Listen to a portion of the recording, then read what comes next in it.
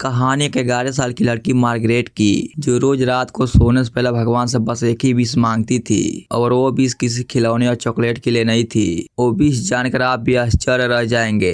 वो भगवान से बस एक ही विश मांगती थी कि भगवान मुझे जल्दी से पीरियड दिला दो। दोस्तों जरा आप सब सोच के बताइए, ये भी कोई देने का चीज है? वह यह विश इसलिए मांगती थी ताकि वो अपनी सहेलियों के सामने छोटी न लगे। जी हाँ दोस्तों, आज हम बात करेंगे एक ऐसी फिल्म के बारे में जिसने उन टॉपिक पर खुलकर बात की है जिन्हें समाज अक्सर पर्दे के पीछे रखता है, चाहे वो बराक खरीदने की झिझक हो या शरीर में आते बदलाव का डर हो। दोस्तों वीडियो बहुत ही इंटरेस्टिंग होने वाली, इसलिए वीडियो में लास्ट तक बने रहिएगा। फिल्म की शुरुआत होती है साल 1970 में और इन्हीं बच्चों के बीच हमारी फिल्म के मेन कैरेक्टर मार्गरेट भी मौजूद थी, जो कि बाकी बच्चों के साथ ही समर कैंप का एंजॉय कर रही थी। और फिर समर कैंप खत्म होने के बाद वो बच्चे बस में बैठकर अपने घर के लिए रवाना हो जाते हैं। इसके बाद वो बस सीधे न्यूयॉर्क आकर रुकती है, जहाँ पर सारे बच्चों का पेरेंट्स उनका इंतजार कर रहे थे। उन्हीं पेरेंट्स के बीच मार्गरेट की मॉम बसंती और उनकी दादी भी वहाँ पर उसे लेने के लिए आई होती है। बस से उतरते ही मार्गरेट को पता चलता है कि उसके पेरेंट्स ने एक नई कार खरीद ली है और उसी कार में वो उसे पिकअप करने के लिए आए हुए थे। और फिर मार्गरेट घर पहुंचकर सबसे पहले अपने पिता सैंडी से मिलती है। यह दोनों बात ही कर रहे होते हैं, तभी मार्गरेट सोफे पर रखे हुए बॉक्सेस को देख लेती है और फिर वो बॉक्सेस के बारे में पूछती है तो उसे पता चलता है कि उसके पिता सैंडी के प्रमोशन के चलते उन्हें न्यूयॉर्क छोड़ के न्यू जर्सी में शिफ्ट होना पड़ रहा है। ये न्यूज जानकर मार्गरेट बिल्कुल भी खुश नहीं थी, क्योंकि दूसरी जगह शिफ्ट होने के बाद उसे अपना स्कूल और फ्रेंड दोनों के दोनों बदलने पड़ेंगे। लेकिन बसंती उसे समझाती हुए कहती है कि सैंडी का प्रमोशन हो जाने की वजह से उसको आर्ट क्लास की जॉब करने की जरूरत नहीं पड़ेगी, जिससे वो अपनी फैमिली पर ज्यादा ध्यान दे पाएगी और साथ में वो खाना बनाना भी सीख लेगी। कोई और रास्ता ना होने की वजह से मार्गरेट को दूसरे शहर में शिफ्ट होने के लिए मानना ही पड़ता है। लेकिन रात को अपने रूम में पहुंचकर गॉड से एक विश मांगती है कि वह दूसरे शहर में शिफ्ट नहीं होना चाहती, इसलिए किसी भी तरीके से मेरे डैड के प्रमोशन को कैंसिल करा दो। और अगर आप ऐसा नहीं कर सकते हैं तो कम से कम न्यू जर्सी एक बेहतर जगह निकले। गॉड इतना तो कर ही सकते हैं आप। और फिर अगले दिन तीनों न्यू जर्सी के लिए निकल पड़ते हैं। और फिर न्यू जर्सी पहुंचने के बाद मार्गरेट और बसंती अपने नए घर में सामान सेट ही कर रहे थे कि तभी उनकी डोर बेल बजती है। और फिर जब मार्गरेट दरवाजा खोलती है तो वहाँ पर नैन्सी नाम की एक लड़की खड़ी थी, जो कि उसी की उम्र की थी। नैन्सी नाम की एक लड़की उसके साथ खेलने के लिए बुलाने के लिए आई थी, जो कि सेम स्कूल सेम क्लासमेट होने वाली थी। और फिर मार्गरेट अपनी मॉम से पूछती है कि क्या मैं पड़ोस वाली लड़की के साथ खेलने जाऊं, तो उसकी मॉम भी कहती है ठीक है जाओ। इसके बाद सीधे मार्गरेट को नैन्सी अपने कमरे में ले जाती है, जहां पर वह उसे एक शॉर्ट ड्रेस भी पहनने के लिए देती है। लेकिन मार्गरेट की फ्लैश चेस्ट देखकर वो उसे बताती है कि मेरा चेस्ट तो तुमसे काफी ग्रो हो रही है। मुझे लगा था कि न्यूयॉर्क से आई लड़कियों का चेस्ट काफी ग्रो होगा, लेकिन तुम्हारा चेस्ट तो एकदम फ्लैट है। सच बताना, क्या तुमने कभी किसी लड़के को किस किए हो? मार्गरेट कहती है नहीं, मैंने आज तक किसी भी लड़के को किस नहीं किया है। और फिर नैन्सी भी उसे बताती है कि मैंने भी अभी तक किसी लड़के को किस नहीं किया है, लेकिन मैं अपने फ्यूचर के लिए काफी प्रैक्टिस की हूँ। यह कहते हुए नैन्सी बेड के हिस्से पर उसे किस करके दिखाने लगती है, लेकिन मार्गरेट यह सब देखकर हंस पड़ती है। इसके बाद दोनों गार्डन में खेलने के लिए चली जाती हैं कि तभी दो लड़के आकर उनका मजाक उड़ाने लगते हैं, जो कि और कोई नहीं बल्कि नैन्सी का भाई इवान और उसका एक दोस्त मूस थे। और फिर गुस्से में आकर नैन्सी भी अपनी मॉम से अपने भाई की शिकायत करने चली जाती है। और इतनी देर में मार्गरेट इवान और मूस के साथ इंट्रोडक्शन हो जाती है। मूस आगे गली में रहता था, लेकिन वो बहुत गरीब था, इसलिए वो मार्गरेट से उसके गार्डन की घास काटने के बारे में उसके डैड से बात करने के लिए कह देता है। वह कहता कि मैं बहुत सस्ते में काट दूंगा। मार्गरेट को मूस काफी पसंद आता है। इसके बाद घर जाते वक्त नैन्सी मार्गरेट से उसके सिगरेट क्लब में शामिल होने के बारे में पूछती है, जिनमें पहले से ही 3 मेंबर मौजूद थे। और कहती है अगर तुम सिगरेट क्लब में शामिल होना चाहते हो तो तुम्हें एक रूल फॉलो करना होगा, तुम्हें जूतों के नीचे सॉक्स नहीं पहनना है। इसके बाद वो घर आकर मार्गरेट यह सोचने लग जाती है कि क्या मैं नैन्सी को पसंद आई होंगी। और फिर अगली सुबह मार्गरेट स्कूल जाने के लिए तैयार हो जाती है। और वो नैन्सी के कहे अनुसार अपने जूतों के नीचे सॉक्स नहीं पहनती और फिर वो अपने डैड से गार्डन के घास काटने के बारे में पूछती है, लेकिन वह बताता है कि घास काटने के लिए मैंने एक नई इलेक्ट्रिक मशीन ले लिया हूँ जिसे चलाने के लिए मैं काफी ज्यादा एक्साइटेड हूँ। इसके बाद वो स्कूल में पहुंचकर मार्गरेट नैन्सी से मिलती है और फिर नैन्सी मार्गरेट को अपने ग्रुप के बाकी मेंबर जेनी और ग्रेस से इंट्रोड्यूस करवाती है। इसी बीच क्लास में फिलिप नाम का एक लड़का आता है जो कि लगभग क्लास के हर लड़कियों का क्रश होता है। इसके बाद क्लास में एक लंबी लड़की लौरा एंट्री लेती है जिसे देखकर मार्गरेट को लगता है कि उसकी वो टीचर है, लेकिन नैन्सी उसे बताती है कि लौरा स्कूल के पीछे जाकर उसके भाई और मूस के साथ गंदी गंदी चीजें करती है। इसके बाद क्लास में उनके नए क्लास टीचर की एंट्री होती है जो कि सबसे पहले आकर सभी बच्चों को अपना इंट्रोडक्शन देते हैं। इसके बाद नैन्सी मार्गरेट को इसके घर होने वाली सीक्रेट मीटिंग का इनविटेशन देती है। वहीं दूसरी तरफ हम देखते हैं कि वसंती अपना घर का सामान सेट कर ही रही थी कि तभी उसके पास सिल्विया का कॉल आता है और वो मार्गरेट के बारे में पूछ ही रही थी कि इतनी देर में मार्गरेट भी स्कूल से लौट आती है और उसके आते ही वसंती उसको फोन पकड़ा देती है। सिल्विया जिसको कि मार्गरेट की बहुत याद आ रही थी वह उस अगले वीकेंड को अपने पास आकर एंजॉय करने के लिए पूछती है। इधर मार्गरेट भी अपनी दादी से मिलने के लिए काफी एक्साइटेड थी, इसलिए वो भी उन्हें हाँ कर देती है। अपनी दादी से बात करने के बाद मार्गरेट सीधे नैन्सी के घर जाती है जहाँ पर ग्रुप मीटिंग के लिए जेनी और ग्रेस भी आई थी। हम देखते हैं कि मार्गरेट से पहुंचने से पहले वो क्लास की लंबी लड़की लौरा का मजाक उड़ा रही थी और तभी मार्गरेट वहाँ पहुंच जाती है। फिर नैन्सी कहती है ग्रुप में हुई सारी बातों को सीक्रेट रखना होगा और फिर चारों मिलकर उस ग्रुप का कुछ रूल बनाते हैं, जैसे कि ग्रुप की मेंबर बनने के लिए इन चारों को ब्रा पहननी होगी और पहला पीरियड आने पर मेंबर को ग्रुप में बताना पड़ेगा। और फिर तभी जेनी एक बॉय बुक बनाने का आइडिया देती है जिसमें वो अपने क्रश का नाम लिख सके और फिर उसके बाद लास्ट में मार्गरेट भी एक रूल बनाती है कि उनको एक दूसरे से कभी झूठ नहीं बोलना है। इधर बसंती धीरे धीरे एक अच्छी हाउसवाइफ बनने के लिए कुकिंग करने का ट्राई कर रही थी, लेकिन इसका सपना सपना ही रह जाता है। और फिर जब बसंती मार्गरेट को गुड नाइट कहने के लिए वो उसके कमरे में जाती है कि तभी मौके पर चौका मारते हुए मार्गरेट भी अपनी मॉम से कह देती है कि मॉम मुझे ना ब्रा चाहिए। मार्गरेट की बात सुनकर बसंती थोड़ी सरप्राइज तो होती है, लेकिन फिर उसे ब्रा दिलाने के लिए तैयार हो जाती है। और फिर अगले दिन हम देखते हैं बसंती पीटीए मीटिंग के लिए मार्गरेट के स्कूल पहुंचती है जहां पर उसकी मुलाकात नैन्सी की मॉम जैन से होती है जो कि स्कूल कमेटी की चेयरमैन थी। स्कूल की इस मीटिंग के लिए वो अलग अलग कमेटी के लिए मेंबर ढूंढ रही थी। बसंती इतनी ज्यादा एक्साइटेड थी कि वह campus improvement committee, social committee और रेसिंग कमेटी समेत 3 जगहों पर अपना नाम रजिस्टर करा लेती है। और फिर यहाँ से सीन शिफ्ट होता है और हम देखते हैं कि क्लास में टेस्ट लेने के बाद क्लास टीचर क्लास के सारे बच्चों को एक प्रोजेक्ट के बारे में बताते हैं और फिर क्लास खत्म होने के बाद वो मार्गरेट को 5 मिनट के लिए रोक लेते हैं। क्लास टीचर ने मार्गरेट को इसलिए रोके थे क्योंकि उसने अपने इंट्रोडक्शन फॉर्म में रिलीजन हाईली डेज लिखी थी। मार्गरेट बताती है ऐसा मैंने इसलिए लिखी थी कि क्योंकि वो किसी भी रिलीजन को सेलिब्रेट नहीं करती थी। इस बात का रीजन यह था कि उसके डैड एक जो थे और उसकी मॉम एक क्रिश्चियन और इनके दोनों पेरेंट्स उन पर कोई भी रिलीजन नहीं थोपना चाहते थे। वह चाहते थे कि मार्गरेट बिना किसी दबाव के अपना रिलीजन चूज कर ले। इसके साथ ही यहाँ पर हमें यह पता चलता है कि मार्गरेट अभी तक अपनी नानी नाना से नहीं मिली है। इस बात से सरप्राइज होकर क्लास टीचर उसके प्रोजेक्ट के लिए रिलीजन टॉपिक सजेस्ट कर देते हैं। इसके बाद घर पहुंचते ही मार्गरेट अपनी मॉम से अपनी नाना नानी के बारे में पूछती है कि आखिर वो कभी उन लोगों से बात क्यों नहीं करते।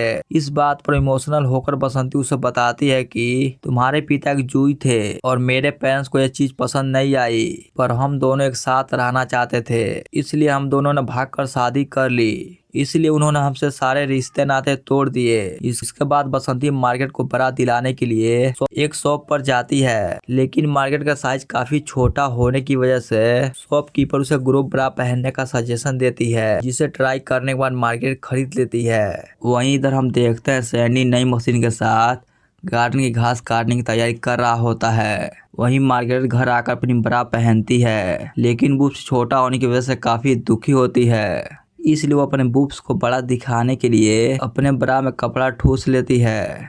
और फिर इतनी खुश होती है जैसे अभी कोई बड़ा लॉटरी लग गया हो। इधर सैंडी की एक गलती की वजह से मशीन से उसके हाथ में चोट लग जाती है, जिसके बाद उन्हें मूस को बुलाकर घास को कटवाना पड़ता है। इसके बाद ये चारों फ्रेंड अपनी सीक्रेट मीटिंग के लिए दोबारा मिलती है, जहां पर वो चार एक दूसरे से बॉय बुक के बारे में पूछती हैं। मार्गरेट के अलावा बाकी तीनों ने अपने बुक के अंदर फिलिप लेरॉय के नाम ही लिखी होती हैं, लेकिन मार्गरेट ने अपने बुक के अंदर मूस का नाम लिखी थी। लेकिन ये झूठ बोलते इन तीनों को बताती है कि उसने भी फिलिप लेरॉय के नाम ही लिखी है। इसके बाद नैन्सी इन तीनों की बारात चेक करती है। यहाँ पर तीनों ने तो वही बेसिक ग्रुप ब्रा पहनी हुई थी, लेकिन नैन्सी उन्हें बताती है कि उसने 32 डबल एक्स साइज वाली ब्रा पहनी है, इसलिए वो उन तीनों को उनका बूब्स का साइज बढ़ाने के लिए एक्सरसाइज भी करवाने लगती है। फिर यहाँ से सीन शिफ्ट होता है, जहाँ हम देखते हैं अपनी दादी से मिलने के लिए मार्गरेट पहली बार बस में अकेले ट्रेवल करने वाली थी, इसलिए खुद बसंती और सैंडी उसे बस तक छोड़ने आए थे। मार्गरेट भी बस में जाते वक्त काफी नर्वस थी, लेकिन बस में बैठे नंस को देखकर वो थोड़ा सेफ फील करती है। साथ में वो मन ही मन गॉड से कहती है कि लगता है उसको अपने लिए एक सुटेबल रिलीजन चुनने का वक्त आ गया है। इसके बाद बस से उतरते उसकी दादी उसे पिकअप करके सीधे उसे एक शो दिखाने लेकर चली जाती है, जहाँ पर ये दोनों काफी ज्यादा इंजॉय करते हैं। इंजॉय करने के बाद ये दोनों घर आकर जब सोने जाते हैं कि तभी मार्गरेट अपनी दादी से कहती है कि कल वो उनके साथ मंदिर जाना चाहती है। यह बात सुनकर मार्गरेट की दादी काफी एक्साइटेड हो जाती हैं। फिर अगले दिन ये दोनों मंदिर में काफी अच्छा टाइम स्पेंड करती हैं। वहीं मार्गरेट को वहाँ के लोग, वहाँ का माहौल काफी पसंद आया था, लेकिन वहाँ पर उसे कोई भी फीलिंग नहीं आई जो वो एक्चुअली फील करना चाहती थी। और फिर मार्गरेट को वापस आने के बाद बसंती इस बात से काफी नाराज होती है कि आखिर उससे बिना पूछे उसकी दादी उसे मंदिर क्यों ले गई, क्योंकि उसका मानना था कि एडल्ट होने पर मार्गरेट खुद ही अपना रिलीजन चुनेगी। फिर सीन शिफ्ट होता है, जहाँ हम देखते हैं चारों मिलकर बायोलॉजी के बुक में मेल रिप्रोडक्शन आर्गन को देख रही होती है। तभी मार्गरेट कहती है मेरे डैड के पास भी एक प्ले बॉय वाला मैगजीन है। फिर उन तीनों की जीत करने की वजह से मार्गरेट को अपने पिता की प्ले बॉय वाला मैगजीन को उठाकर लाना पड़ता है। मॉडल को देखने के बाद वो चारों अपनी बूब्स बढ़ाने वाले एक्सरसाइज शुरू कर देते हैं। और फिर इसके बाद मार्गरेट जेनी के साथ चर्च का एक्सपीरियंस लेने चली जाती है, जहाँ पर उसे कुछ फील नहीं होता, लेकिन वो वहाँ पर जाकर काफी इंजॉय करती है। वहीं दूसरी तरफ बसंती बाकी लोगों के साथ अपने पेरेंट्स को भी एक न्यू ईयर का कार्ड भेज देती है, और उन कार्ड को पोस्ट करते टाइम पोस्टमैन मार्गरेट को उनकी सारी चिट्ठी दे जाता है, जिनमें से एक चिट्ठी मार्गरेट के लिए भी आई थी, जो कि उसके ही क्लास के नॉर्मल फिशर नाम के लड़के का बर्थडे इनविटेशन था। मार्गरेट को नैन्सी से बात करने के बाद पता चलता है कि नॉर्मल फिशर सिर्फ उसे ही नहीं बल्कि पूरे क्लास को ही अपने बर्थडे पार्टी में इनवाइट किया है। इसके बाद वो चारों अपनी मॉम की मदद से अच्छे से तैयार होकर पार्टी के लिए निकल जाते हैं। पार्टी में सब किसी न किसी के साथ थे, लेकिन लौरा पार्टी में बिल्कुल अकेली थी। और फिर खाना खाने के बाद ये सब 2 मिनट बंद कमरे के नाम का एक गेम खेलते हैं, जिसमें कि चिट्ठी की मदद से कोई भी एक लड़का एक लड़की को एक बंद कमरे में 2 मिनट बिताने थे। एक कमरे में जिसमें कि किस्मत से मार्गरेट का पार्टनर फिलिप लेरॉय बन जाता है। और फिर बंद कमरे में फिलिप मार्गरेट को 2 से 3 बार किस भी करता है। पहली बार यह सब फील करते हुए मार्गरेट काफी खुश होती है, और यह सब बात जब नैन्सी को बताती है तो यह सब सुनकर नैन्सी काफी जलस फील करती है। इसके बाद मार्गरेट दोबारा चर्च में जाती है, जहाँ पर आकर वो और भी कंफ्यूज हो जाती है। वहीं दूसरी तरफ बसंती रिनोवल के लिए बड़ी मेहनत से उन स्टार को काट रही थी, और साथ में डेकोरेशन के लिए लोगों को कॉल भी कर रही थी। लेकिन एक सुंदर पक्षी को देखकर उसके अंदर का आर्ट जाग जाता है, और वो तुरंत अपनी ड्राइंग बनाने लग जाती है। लेकिन डोर बेल बजने की वजह से ड्राइंग पूरी होने से पहले ही पक्षी वहां से उड़ जाती है। हम देखते हैं कि दरवाजे पर स्टार को कलेक्ट करने के लिए कोई और नहीं बल्कि जैन आई हुई थी, और वह उसे स्टार ले जाते वक्त एक और कमेटी का मेंबर का काम उसको चिपका कर चली जाती है। फिर सीन शिफ्ट होता है, जहाँ हम देखते हैं कि स्पेशली लड़कियों को स्कूल में वीडियो के जरिए उनके बॉडी में होने वाले चेंजेस को समझाया जा रहा था, स्पेशली पीरियड के बारे में। वीडियो देखते पर नैन्सी मार्गरेट को ताना मारती है कि उसे तो सबसे लास्ट में पीरियड आने वाला है। इसके बाद मार्गरेट घर आकर अपनी मॉम से पूछती है कि मॉम आपको फर्स्ट पीरियड कब आया था और आप कितनी साल की थी, जिस पर बसंती उसे बताती है कि उसे लगभग 14 साल की एज में पहली बार पीरियड आए थे। यह बात सुनकर मार्गरेट एकदम से घबरा जाती है, क्योंकि उसके लिए तो पीरियड आना एक कंपटीशन जैसा हो गया था। और फिर अगले सीन में हम देखते हैं जहाँ स्कूल के बाहर पढ़ाई करते वक्त नैन्सी उसे बताती है कि उसके पास रेडियो सिटी का एक एक्स्ट्रा टिकट है, इसलिए वो अपने किसी फ्रेंड को अपने साथ ले जाने के बारे में पूछती है। और ये भी बताती है कि उसका भाई और मूस भी उसके साथ जा रहे हैं। मूस का नाम सुनते ही मार्गरेट साथ चलने के लिए एकदम से तैयार हो जाती है, लेकिन इसी बीच ग्रेच आकर बताती है कि मेरा पहला पीरियड आ चुका है। यह सुनकर उसके ग्रुप के तीनों मेंबर सीक्रेट मीटिंग के वक्त उसके एक्सपीरियंस के बारे में पूछने लगते हैं। फिर ग्रेच अपने एक्सपीरियंस को इन तीनों को बता देती है, लेकिन उसके एक्सपीरियंस को सुनकर इन तीनों को कोई खास एक्साइटमेंट नहीं हुई थी। इसके बाद मार्गरेट अपने कमरे में आकर गौर से प्रे कर रही थी कि उसको भी जल्दी से पीरियड आ जाए, जिससे कि वो भी बाकी सब की तरह नॉर्मल और रेगुलर बन जाएगी। और यहाँ तक कि वो पीरियड की तैयारी के लिए जेनी के साथ जाकर सुपर मार्केट से सैनिटरी पैड भी खरीद लाती है और घर आकर सैनिटरी पैड को पहनने की प्रैक्टिस करने लग जाती है। और तभी मार्गरेट को नैन्सी का एक खत मिलता है जिसमें लिखा होता है कि उसका भी पीरियड आ चुका है।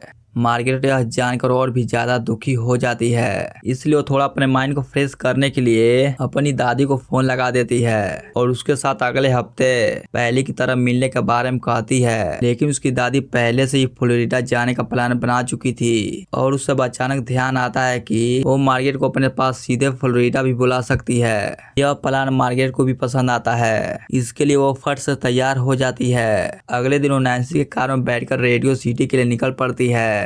रेडियो सिटी के फ्रंट सीट पर शो का एंजॉय करने के बाद वो नैन्सी के फैमिली के साथ डिनर के लिए रेस्टोरेंट में जाती है। डिनर कर ही रहे थे कि तभी नैन्सी उसे अपने साथ बाथरूम में लेकर जाती है, जहां पर टॉयलेट करते वक्त अचानक नैन्सी अपनी मॉम को बुलाने को कहती है और उनके आने पर पता चलता है कि नैन्सी को भी फर्स्ट पीरियड आ चुके हैं। तभी मार्गरेट को पता चलता है कि नैन्सी के पहले पीरियड थे, मतलब नैन्सी ने पहले अपने पीरियड के बारे में झूठ बोली थी। नैन्सी बाथरूम से निकलने के बाद काफी शर्मिंदा थी और मार्गरेट भी पूरे रास्ते उससे कोई बात नहीं करती। और फिर अगले दिन हम देखते हैं कि मार्गरेट की फ्लोरिडा जाने की फ्लाइट टिकट बुक हो चुकी है इसके बर्थडे के गिफ्ट के तौर पर। और फिर बर्थडे के दिन वो स्कूल पहुंचती है, जहां पर जेनी उसे बर्थडे विश करती है और फिलिप उसे बर्थडे विश के नाम पर उसे एक पिंच कर लेता है, जो कि मार्गरेट को बिल्कुल भी पसंद नहीं आता है। और फिर हम देखते हैं चारों लोगों को काम को लाइब्रेरी में बैठकर लॉरा और मार्गरेट को अकेले करना पड़ रहा था, लेकिन यही काम करते हुए छोटी सी बात उन दोनों को कहा सुनी हो जाती है। और इसी कहा सुनी के बीच मार्गरेट बिना सोचे समझे पर्सनल कमेंट कर देती है कि वह स्कूल के पीछे क्या क्या करती उसे सब पता है। लौरा इतना सुनने के बाद फौरन समझ जाती है कि सब नैन्सी और उसके ग्रुप के द्वारा फैलाई गई बातें हैं। इन बातों से परेशान होकर वह वहां से उठकर जाने लगती है और जब मार्गरेट उसे रोकती है तो वह उसे बताती है कि क्लास में सबसे बड़ा बच्चा होना कितना ज्यादा मुश्किल है, तुम्हें क्या पता है, हर रोज सब लोग मेरा मजाक उड़ाते हैं। लौरा की बात सुनकर मार्गरेट को अंदर ही अंदर गिल्टी फील होता है और अब वो नैन्सी जैसा नहीं बनना चाहती थी, बल्कि वो तो नैन्सी की दोस्त भी नहीं रहना चाहती थी। वहीं दूसरी तरफ हम देखते हैं बसंती के पास उसके पेरेंट्स का लेटर आ चुका था। वो अब सब कुछ भूलकर अपनी बेटी और नातिन से मिलना चाहते थे, इसीलिए अगले हफ्ते इनसे मिलने आने वाले थे। लेकिन यह बात सैंडी हजम नहीं कर पा रहा था, क्योंकि उनके मुताबिक जू से शादी करने की वजह से वो नर्क में जाने वाले थे। लेकिन बसंती उन्हें दिखाना चाहती थी कि सैंडी के साथ रहने का उसका फैसला एकदम ठीक था। और फिर मार्गरेट को घर आते ही पता चलता है कि उसकी दादी के साथ फ्लोरिडा की ट्रिप उसके नाना नानी के आने की वजह से कैंसिल होने वाली थी, इसलिए वो यह बात जल्दी से फोन कर अपनी दादी को भी बता देती है। मार्गरेट मन ही मन गौर से रिक्वेस्ट करती है कि वो ऐसा कर जिससे कि उसकी ट्रिप कैंसिल ना हो। इसके बाद मार्गरेट अपने पेरेंट्स के साथ एयरपोर्ट पर जाती है और अपने नाना नानी का आने का इंतजार कर रही होती है। और फिर उन्हें पिकअप करके एयरपोर्ट से घर आने के बाद मार्गरेट उन लोगों को उनके रूम में लेकर जाती है और बसंती डिनर की तैयारी करने लग जाती है। सैंडी भी उनके सामने अपने गुस्से को बहुत ज्यादा कंट्रोल करने की कोशिश कर रहा था, लेकिन तभी अचानक सिल्विया भी वहां पर अपने बॉयफ्रेंड को लेकर आ जाती है। अपनी दादी को देखकर मार्गरेट काफी खुश हो जाती है और फिर बसंती सिल्विया को अपने पेरेंट्स के साथ इंट्रोड्यूस करवाती है। इसके बाद डिनर करने के लिए सब एक साथ बैठ जाते हैं और बसंती के हाथ का खाना सभी को काफी पसंद आता है। डिनर के बाद मार्गरेट की नाना नानी उससे क्रिश्चियन प्रैक्टिस के बारे में पूछने लग जाते हैं, लेकिन उनकी यह बात सुनकर सिल्विया सीधे अनाउंसमेंट कर देती है मार्गरेट एक ज्यू है, इसलिए मार्गरेट मंदिर भी गई थी। इस बात को सुनने के बाद दोनों पक्षों के बीच गर्मा गर्मी बढ़ जाती है। बसंती और सैंडी बिल्कुल ही नहीं चाहते थे कि एडल्ट होने से पहले मार्गरेट पर कोई भी रिलीजन जबरदस्ती थोपा जाए। मार्गरेट को अपना रिलीजन चुनने का पूरा हक है और इन सब लड़ाइयों के चक्कर में बसंती के पेरेंट्स को सेम डे में वापस जाना पड़ता है।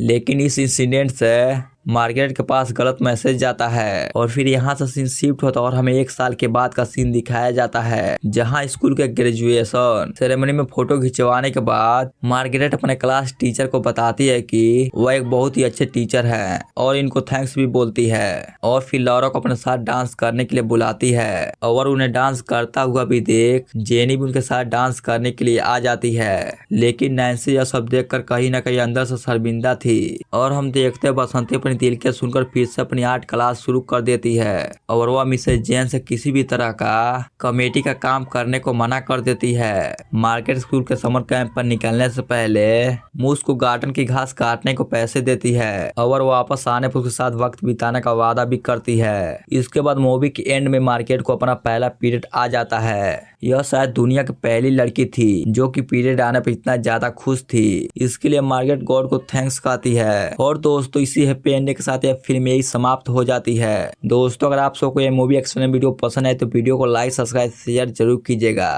तो चलिए दोस्तों मिलते हैं आपको नेक्स्ट वीडियो, तब तक जय हिंद जय भारत वंदे मातरम।